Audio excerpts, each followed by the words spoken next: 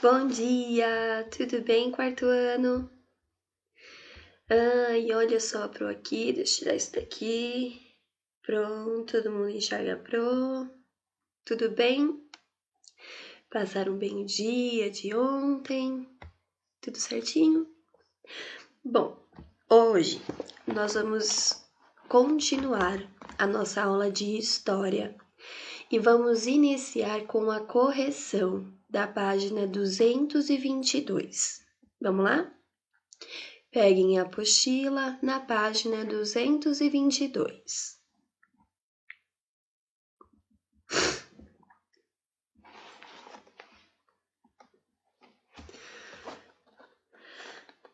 Bom, nós falamos um pouquinho até agora sobre os indígenas, né? Sobre os seus costumes, suas tradições, quais eram os indígenas que tinham aqui próximos da nossa cidade, né? Nós vimos que temos o Tupi, temos o Guarani, entre outros, né?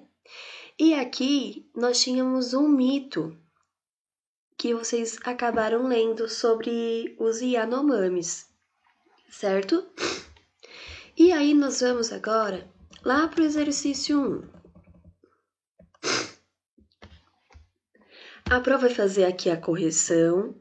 Se você errou, você apaga e escreve corretamente. Se está certo, deixa aí. Se quiser dar um certinho do lado, pode estar dando, tá bom? Lembrando que muitas vezes vocês podem colocar com outras palavras a resposta, mas mesmo assim ela pode estar certa, tudo bem? Então vamos lá. Número 1. Em qual lugar do Brasil aconteceram os fatos narrados do mito? Foi na Amazônia.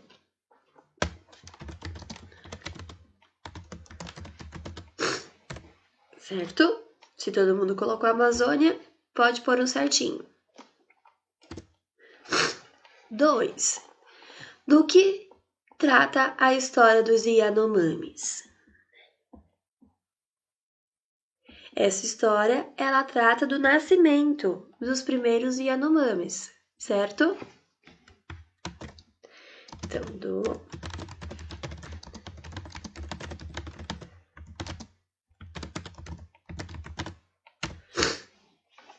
nascimento dos primeiros Yanomamis.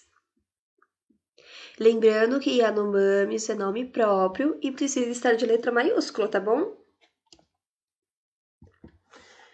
3. Quem era o pajé e o que ele fazia com a lua? Então, ele era um senhor, certo? E o que ele fazia com a lua? Ele guardava a lua dentro dele, certo? Ele era um senhor que conhecia sobre os mistérios, né?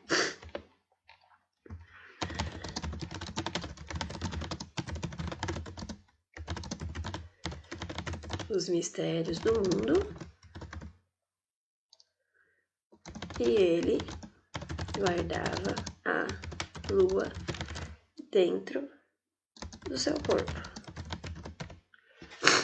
Então ele era um senhor que conhecia os mistérios do mundo e ele guardava a lua dentro do seu corpo, ok? 4. Segundo o mito, como nasceu o povo Yanomami? Então esse mito nasceu como? Depois da morte de um pajé, essa lua começou a vagar sozinha, certo? Vagar sozinha lá pelo céu. E aí o que aconteceu? Ela começou a voltar. E depois que ela voltou, todos começaram a atirar flechas nela. E aí começou a cair gotas de sangue. E dessas gotas de sangue começaram a nascer os povos Yanomamis. Certo? Então vamos colocar aqui que depois da morte do pajé, a lua começou a vagar sozinha pelo céu e voltou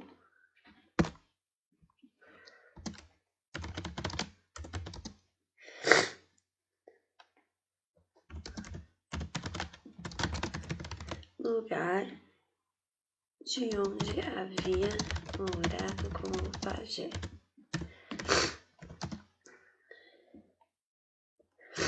Os parentes, assustados, começaram a atirar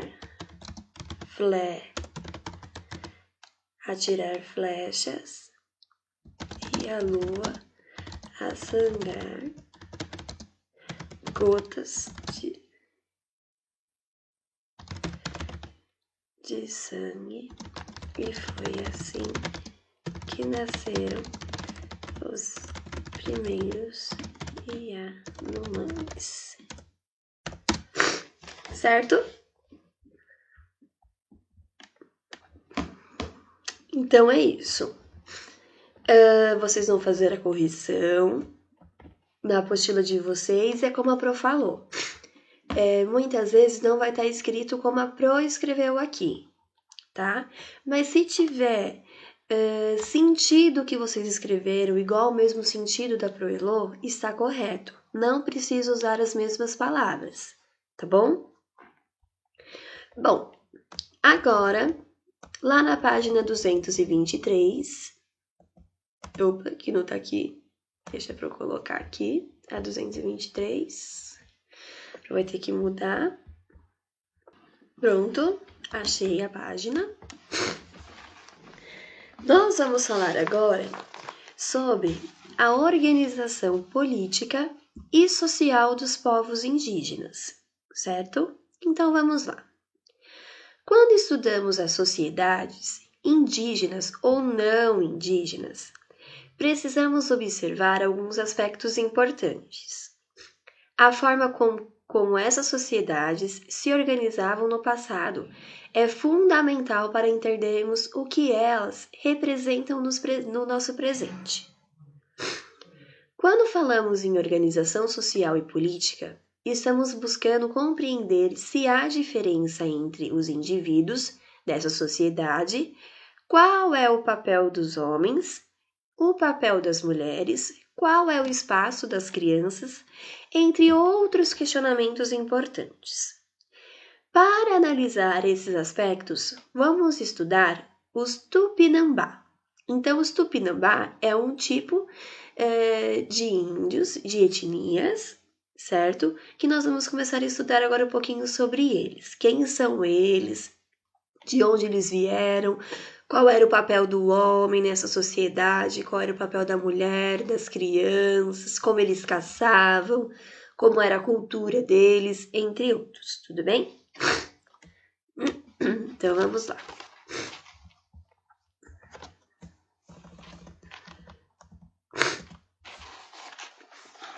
Organização social dos Tupinambá. Nas aldeias indígenas dos Tupinambás, habitantes do litoral, quando os portugueses chegaram, a partir do ano de 1500. Então, essa tribo é uma aldeia, né?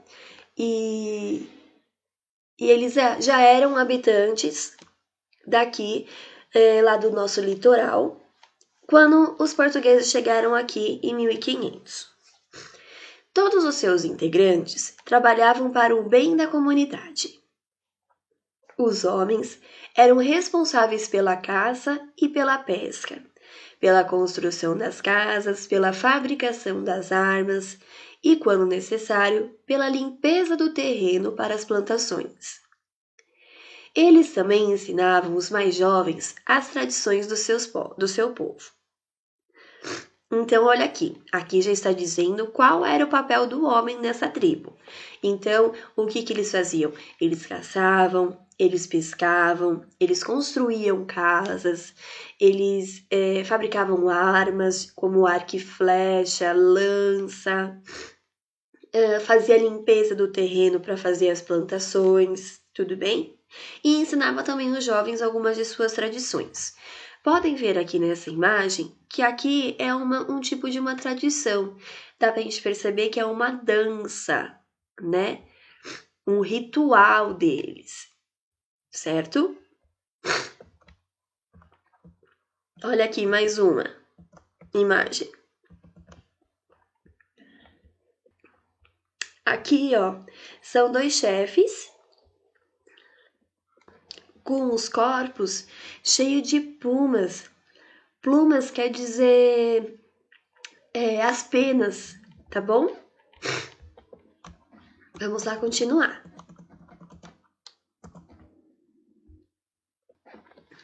Já as mulheres, elas cuidavam das crianças, elas plantavam, elas colhiam os frutos e preparavam os alimentos e as bebidas. Elas também confeccionavam os objetos de uso familiar, como cestos, redes, potes, vasos de argila ou de barro, enfeites de penas e contas, além de instrumentos musicais como a flauta. Todos dormiam em uma rede. Então aqui, o que as mulheres faziam era diferente dos homens, certo? Os homens, eles arrumavam todo o terreno para a mulher e essa mulher ia lá, cuidava das crianças em primeiro lugar, elas plantavam, elas colhiam, elas faziam o alimento para eles, tá bom? Elas também confeccionavam alguns objetos que para eles eram importantes e olha que interessante. Eles tinham um instrumento musical também, que era a flauta. E todos eles dormiam em redes, não existia cama, tá bom? Não existia colchão, coberta, nada disso, tá bom? Na sua casa, há alguma divisão de tarefas entre seu pai e sua mãe e você? E aí, na sua casa, vocês separam a tarefa? Ai, a minha mãe sempre que faz o almoço. O meu pai sempre carpe o terreno. O meu pai sempre sai para trabalhar e minha mãe fica em casa. Ou ao contrário, o meu pai fica em casa, minha mãe sai para trabalhar.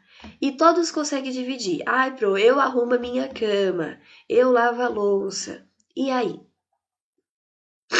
Vocês têm uma divisão em casa também? Então, olha lá. Aqui, ó. Entre os Tupinambá, o líder era o homem mais generoso da aldeia. Para outros grupos indígenas, contudo, poderia ser o homem mais idoso ou mais corajoso. O papel do líder era pensar no bem de todos os habitantes da aldeia. Olha que bonito! Diferente isso, né? Geralmente é o homem mais idoso ou aquele mais corajoso, que consegue caçar, o que é melhor, né? E aqui não, era o homem mais generoso da aldeia, certo? E ele pensava sempre no bem de todos. Que bonito, né? Agora aqui o nosso de olho no local. O texto a seguir, deixa eu só subir um pouquinho, isso. O texto a seguir é sobre os tupinambás, como eles viviam e organizavam sua comunidade. Esse grupo indígena era muito numeroso e ocupava várias partes do litoral do Brasil. Então vamos ler.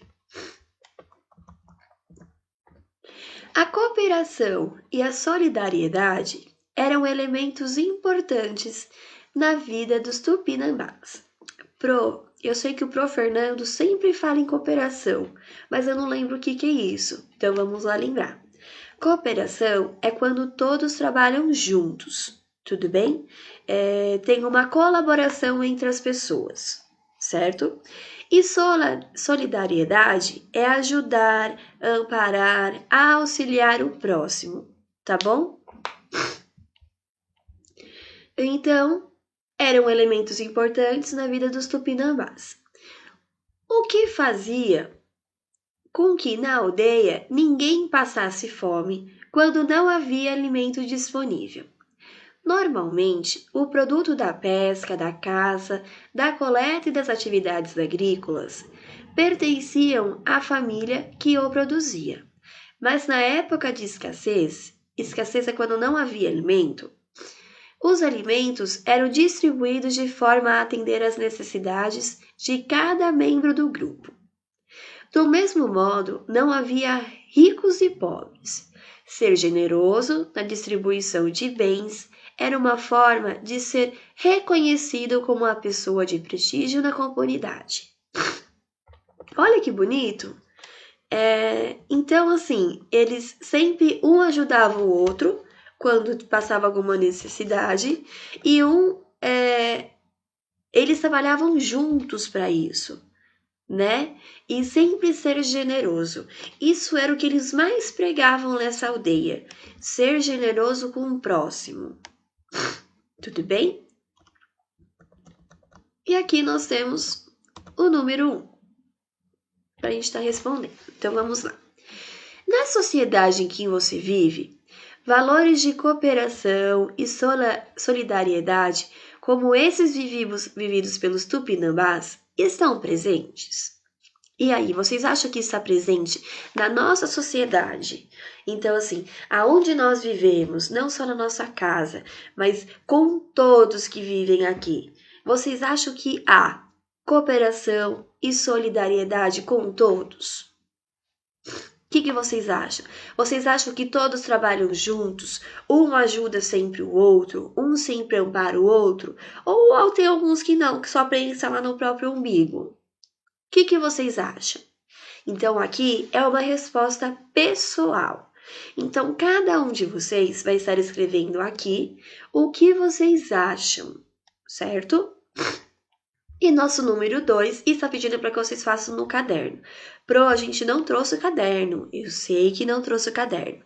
Então, vocês vão pegar uma folha de sulfite ou uma folha qualquer que estiver em casa e vão fazer um desenho que representa os valores de cooperação e de solidariedade.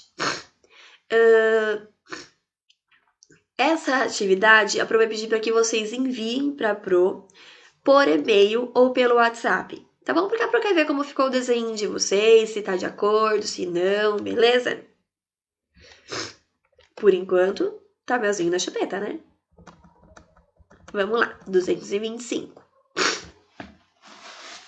Vamos saber agora um pouquinho sobre os costumes indígenas, certo? Então vamos lá. Os indígenas usavam vestimentas diferentes das roupas que os portugueses usavam quando aqui chegaram. Feitas de palhas, penas e tecidos, as vestimentas indígenas também variam de aldeia para aldeia, de cultura para cultura. As vestimentas, que são o que eles vestem, e as pinturas corporais do seu corpo, realizadas pelos indígenas, formam um conjunto de símbolos importantes para eles, por meio dos quais os indígenas expressam a sua cultura e a sua identidade. Então, cada aldeia indígena, ela tem uma forma de se vestir e uma forma de se pintar. E isso vai expressar como é a sua cultura e qual é a identidade desse índio. Tudo bem? Quem é esse índio? Muitos grupos indígenas do passado usavam pinturas corporais e atualmente elas ainda são muito frequentes entre os indígenas. Então, ainda até hoje, mesmo eles tendo outros tipos de vestimenta, eles usam muitas pinturas no corpo, tá bom? As pinturas, elas eram obtidas de itens da natureza, como o urucum, que teve uma vez que o nosso amigo Gabriel Coelho, do 4º ano A, levou pra gente, né? Pra gente tá vendo qual que era a planta urucum, que dela saiu uma tinta vermelha, tá bom? E o genipapo. Na atualidade, também é muito frequente ver adultos utilizarem maquiagens ou tatuagens. Então, assim, aonde nós vivemos, nós vemos que muitas pessoas têm tatuagens pelo corpo, certo? Isso é uma forma de estar expressando a sua cultura e sua identidade também, tá bom? E as maquiagens também, né? Tem gente que faz muitas maquiagens, enfim. Você acha que as pinturas corporais dos corpos dos indígenas têm alguma semelhança com o hábito de usar maquiagem e tatuagem dos adultos? Vocês acham que tem alguma ligação as pinturas dos índios com as tatuagens e as maquiagens que nós passamos? Por quê? O que vocês acham? Pensa um pouquinho. Olha aqui, ó. Aqui é um indígena do Amazonas. Aqui é um camaiurá, que também é um tipo de índio, certo? Esse daqui é o nosso amigo Genipapo, tá? Que é de onde eles tiram algumas das suas pinturas. E esse daqui é o urucum vermelho, tá? Que também tem como tirar uma tinta dele e fazer a pintura no corpo. Agora, a nossa última atividade, que é mão na massa. Leia a seguir um relato sobre costumes indígenas. Então, olha lá. Entre as tribos do Xingu, os homens se pintavam uns aos outros antes da luta corporal que praticam com frequência. As mulheres caiapós usam os dedos para pintar o corpo com genipapo. Os tiriós, do norte do Pará, pintam ou tatuam elaborados desenhos geométricos no rosto das mulheres. Algumas tribos possuem marcas padronizadas, que são círculos nas bochechas para os carajás, listras horizontais cruzando as bochechas para os cintas largas, preto em torno da boca com os jurunas e assim por diante. Então, assim, cada aldeia, cada tribo indígena, ela tem uma forma de se pintar, certo? Algumas usam várias cores, outras usam somente uma cor, existem formas geométricas em que eles usam, existem listras, enfim, é uma variedade de pintura, tá bom? E aqui o nosso número 1 está perguntando: qual é a marca padronizada dos carajá? Então, você vai voltar aqui no texto e vai ver aonde está falando dos carajás. Tudo bem? Ó, dá uma dica aqui, ó. Carajás. 2. Qual é a marca padronizada para o cinta larga? Então, vai voltar aqui nesse textinho e vai procurar aonde estão os cintas largas. Certo? 3. Qual é a marca padronizada para o juruna? Então, vou voltar aqui no texto e vou procurar onde está o juruna, que também a Pro não achou ainda.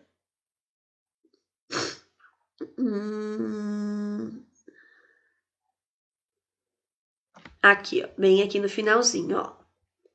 Jurunas. E vai escrever qual que era a forma com que eles se pintavam, tá bom? De todos eles vão fazer isso. E aqui, no 4... trazer um pouquinho para cá para o Elô, para poder enxergar. As pinturas corporais são muito importantes para os indígenas. Então, agora vocês vão até a página 39 do material de apoio e desenhem marcas padronizadas para os povos indígenas citados no texto. Então, vocês vão encontrar ou pesquisar mesmo, se quiser pesquisar ou se quiser inventar, né? Fica a critério de vocês. E vocês vão desenhar aqui, ó. Dá pra ver? Na página 39 do material de apoio, vão estar fazendo as marcas as pinturas no rosto de algum dos povos indígenas. Tudo bem? Facinho, né? Bem gostosinho de fazer. E por último, temos mais 2 atividades aqui. Deixa eu subir de novo. 5. Quais enfeites corporais são produzidos pelos indígenas? Então, o que eles usam no corpo que são produzidos por eles? Pensa um pouquinho. E a 6 e a última. Você percebeu que os indígenas usavam os materiais que a natureza fornecia, sem prejudicá-la, preservando assim o solo, as águas, a vegetação e todos os animais? Atualmente, como a nossa sociedade preserva a natureza? Então, como nós preservamos a nossa natureza? Nós temos o mesmo cuidado que os indígenas têm ou não? Então, aqui é uma resposta um pouco mais pessoal e cada um vai estar escrevendo a sua resposta. Tudo bem? Então, é isso. Quando terminar esse vídeo da Pro, a Pro entra na live para poder tirar qualquer dúvida de vocês.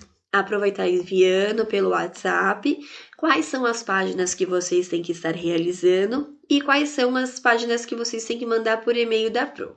Então, vocês vão mandar 2. Aquela primeira atividade lá do exercício 2, que vocês têm que fazer o desenho, certo? Numa folha de sulfite. E a segunda atividade vai ser essa daqui do exercício 4, que são as pinturas corporais que vocês vão fazer lá da página 39 do material de apoio, tá bom? Essas 2 vocês vão estar enviando para a Pro. Combinado? Então é isso. Um beijo. Espero que tenham gostado um pouquinho da nossa aula de hoje. E daqui a pouco a gente se fala mais um pouquinho, tá bom? Um beijo, até já já.